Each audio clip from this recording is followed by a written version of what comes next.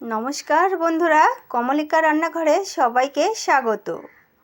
আশা করি আপনারা সবাই ভালো আছেন। আমি আজকে সুন্দর একটি রেসিপি নিয়ে হাজির হয়েছি। অবশ্যই কিন্তু সেটা কাতলা মাছের রেসিপি। আপনারা আস্তে আস্তে দেখতে থাকলে সমস্তটাই বুঝতে পারবেন। দেখুন, যথেষ্ট পরিমাণে এখানে কাতলা মাছ নিয়ে আসা হয়েছে। আর ঘরের গৃহবধূ বন্ধুরা সমস্ত কিছু পরিপাটি করে আমি দেখাতে চাই যতটা পারি। অবশ্যই ব্যস্ততা থাকে, তো সেই হিসাবে আমি কিন্তু প্রথমেই মাছের থেকে শুরু করছি। তো মাছগুলো আমি কিন্তু নুন হলুদ মাখিয়ে এবার আস্তে আস্তে ভেজে নেব। আর ভেজে নিতে নিতে আপনাদের সমস্ত উপকরণগুলো কিন্তু আমি দেখিয়ে দেব। তো মাছগুলো ভাজা আগে বসিয়ে দিই, তারপরে আস্তে আস্তে আপনাদের উপকরণগুলো সমস্ত দেখাবো আর সমস্তটাই আপনাদের সঙ্গে আমি শেয়ার করব আমি কিভাবে কী করি। আর এই মাছটা কিন্তু কাতলা মাছ, অবশ্যই মিডিয়াম পিচের আছে।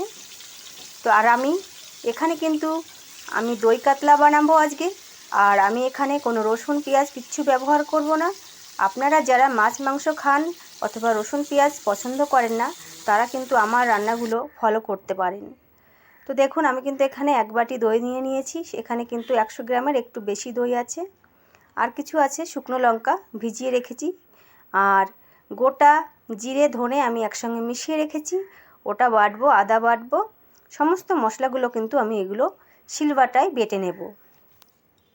তো আমি আমার রান্নাগুলো আপনারা যারা ফলো করেন অবশ্যই দেখতে পাবেন আমি কিন্তু বেশি রসুন পেঁয়াজ ব্যবহার করি না।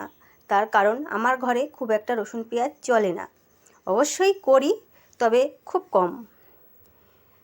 আর যারা রসুন পেঁয়াজ খান, সবসময় রসুন পেঁয়াজে রান্না করতে অভ্যস্ত, তারা মাঝে মধ্যে কিন্তু এইভাবে নিরামিষ মাছ মাংস করতে পারেন। টেস্ট কিন্তু একদমই খারাপ হয় না, আরও আমি বলতে পারি আরও ভালো হয়, সুন্দর হয় খেতে। তো আমি এবার কিন্তু আস্তে আস্তে আমি এই মশলাগুলো করে নেব। আর শিলবাটায় করব, এতে কিন্তু রান্নার স্বাদ দ্বিগুণ বেড়ে যায়। আমি বেশিরভাগ টাইমেই আমি শিলপাটায় বেটেই কিন্তু আমার রান্নাবান্নাগুলো আমি করে থাকি। এখানে আমি গোটা ধনিয়া আর জিরে একসঙ্গে কিন্তু প্রথমে বেটে নেব।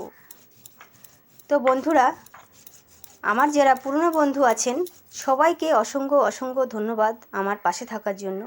আর যারা আমার নতুন বন্ধু আছেন তারা অবশ্যই আমার চ্যানেলটি সাবস্ক্রাইব করে পাশে থাকা বেল আইকনটি প্রেস করে দেবেন। তাতে করে যখনই আমি নতুন কোনো ভিডিও আপলোড করব সবার আগে আপনার কাছে কিন্তু পৌঁছে যাবে। তো আমি এবার কিন্তু আদাগুলো এর সঙ্গে করেই আমি বেটে নেব। আমার জিরে ধনেটা কিন্তু যথেষ্ট বাটা হয়ে গেছে, আর 1 বাটা দিলে কিন্তু আমার এই বাটাটা কিন্তু হয়ে যাবে। আর একটি অনুরোধ বন্ধুরা, আমার ভিডিওটি প্রথম থেকে শেষ পর্যন্ত দেখে কমেন্ট করবেন আপনাদের আমার রান্নাবান্না কেমন লাগে। আর অবশ্যই একটি লাইক একটি শেয়ার করে দেবেন। তো এই তো আমি কিন্তু মশলা বাটাবাটি করছি, ওদিকে কিন্তু আমার মাছ ভাজা বসিয়ে দিয়ে এসেছি। ওটা কিন্তু মাঝে মধ্যে কিন্তু আমি দেখে নিচ্ছি। মাছটা একটু বেশি, সমস্ত কিছু আছে, লেজ আছে, মাথা আছে, সব ভাজতে হবে, একটু টাইম নিয়ে ভাজতে হচ্ছে। এর মধ্যে কিন্তু আমি মশলাগুলো সমস্তই বেটে নেব, বেটে গুছিয়ে নেব।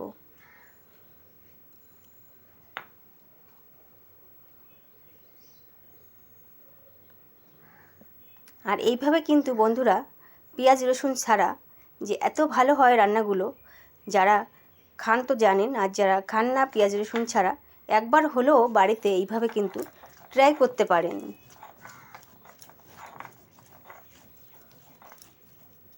এবার কিন্তু আমি শুকনো লঙ্কাগুলো বেশ ঘন্টাখানেক ভিজিয়ে রেখেছিলাম। লঙ্কাটা কিন্তু নরম হয়ে গেছে, এখন বাটতে কিন্তু আমার একটু সুবিধে হচ্ছে।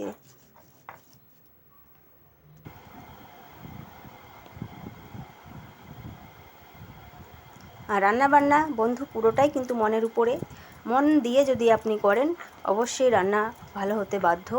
তো আর রান্না করতে যথেষ্ট পরিমাণে খাটুনি দিয়ে রান্না করলে অবশ্যই সেটা টেস্ট হয়। আর আমি এখানে যেহেতু মশলাগুলো সমস্ত হাতে বেটে নিচ্ছি, তো আমার এখানে টাইমও লেগেছে অনেক, আর রান্নাগুলো অবশ্যই ভীষণ ভালো হয় খেতে। যখন ঘরের লোক রান্না খেয়ে ভালো বলে তখন কিন্তু এই কষ্টটা আর অনুভব হয় না। তো আমার কিন্তু মশলা বাটাবাটি কমপ্লিট হয়ে গেছে বন্ধুরা। এখন কিন্তু আর আমি কিন্তু এর সঙ্গে একটা টমেটোও অ্যাড করেছি। তো এবার চলে গেলাম মশলা সমস্ত কিছু গুছিয়ে নিয়ে, পরিপাটি করে গুছিয়ে নিয়ে এবার কিন্তু আমি চলে এসেছি আমার মাছ ভাজার কাছে। মাছ ভাজা কিন্তু একদম শেষের পথে হয়ে গেছে। অনেকটা মাছ ভাজতে বেশ টাইম লেগেছে। এখন কিন্তু আমার একে করে মাছগুলো কিন্তু আমি তুলে নিয়েছি, আর যা আছে এগুলো আমি তুলে নিচ্ছি।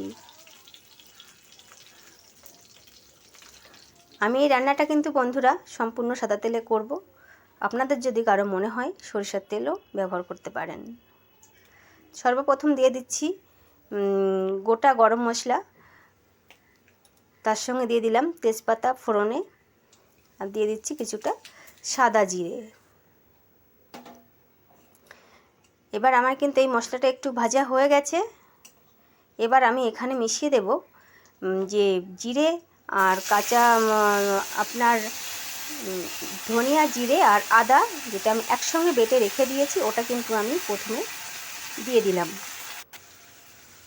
আর এই রান্নাটা কিন্তু একদমই মশলা কষানোর সময় একদম ধিমি আঁচে করতে হবে, কেননা মশলা কষানোটাই কিন্তু এখানে মেইন।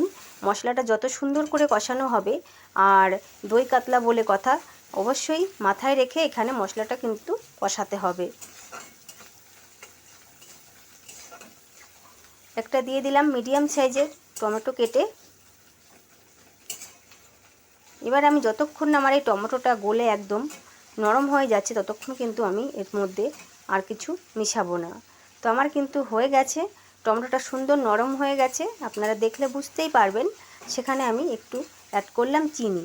চিনিটা আমি সর্বপ্রথম দিচ্ছি এই কারণেই, চিনিটা কিন্তু এর সঙ্গে রান্না হবে আর এর যে ব্যালেন্সটা ওটা আসবে। এবার দিয়ে দিলাম আমি যে এত কষ্ট করে মশলাটা করেছি, লঙ্কা বেটেছি, ওটা কিন্তু এবার মিশিয়ে দিলাম। আর এখন কিন্তু যথেষ্ট গরম আছে। এই লঙ্কা বাটাবাটির ঝামেলা সবাই করতে চায় না, হাত তাত একটু জ্বালাজ্বালি করে, কিন্তু কিছু তো বলার নেই, বাঙালি তো মুখের একটা স্বাদের ব্যাপার আছে। তো এখানে আমি কিন্তু দিয়ে দিলাম আমি দই। এখানে কিন্তু 100 থেকে একটু বেশি আছে দইটা। একদম সুন্দর করে কিন্তু আমি এখানে ফেটিয়ে রেখেছি। দেখেন একদম দইয়ের মধ্যে দলা নেই, কিছু নেই, একদম ফেটিয়ে রেখেছি আমি। দইটা দেবার সঙ্গে সঙ্গেই কিন্তু আমার মশলার মধ্যে মিলে গেল, একদম একটা দানাও কিন্তু দেখা যাচ্ছে না। এবার এই দইটা দিয়ে আমি কষাবো যতক্ষণ না তেল ছেড়ে আসবে, আর দইয়ের যে কাঁচা গন্ধ বা অন্য অন্য মশলার যে কাঁচা গন্ধ, এগুলো যাতে একদম চলে যায় ততক্ষণ কিন্তু আমি এই মশলাটা কষিয়ে নেব। একদম দেখুন মশলার গা থেকে তেল ছেড়ে দিচ্ছে। অবশ্যই বন্ধুরা আপনারা যারা দেখছেন অবশ্যই বুঝতে পারছেন।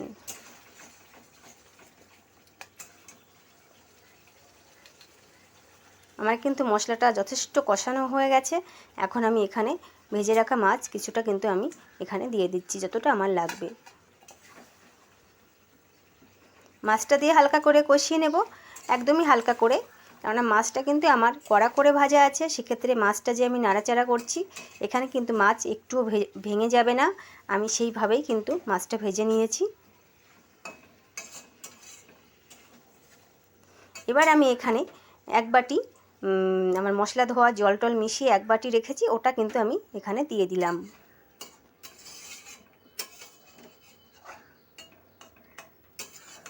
এটা কিন্তু গরম গরম ভাতে অসম্ভব টেস্টি লাগে বন্ধুরা। আপনারা যারা পছন্দ করেন এই ধরনের রান্না, তারা কিন্তু অবশ্যই ট্রাই করতে পারেন।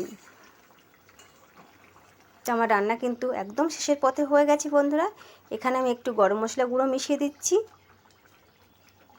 তারপরে কিন্তু দিয়ে দেব একটু ঘি। ঘিটা দিলে এখানে একদম জমে যাবে। তো ঘিটাও দিয়ে দিয়েছি। এবার কিন্তু হালকা হাতে একটু আমি নাড়াচাড়া করে দিলেই কিন্তু আমার রান্নাটা আজকের মতে এখানে কমপ্লিট হয়ে যাবে। আমার কিন্তু মাছটা নেমে গেছে বন্ধুরা। আপনারা ভালো থাকবেন, সুস্থ থাকবেন। ধন্যবাদ।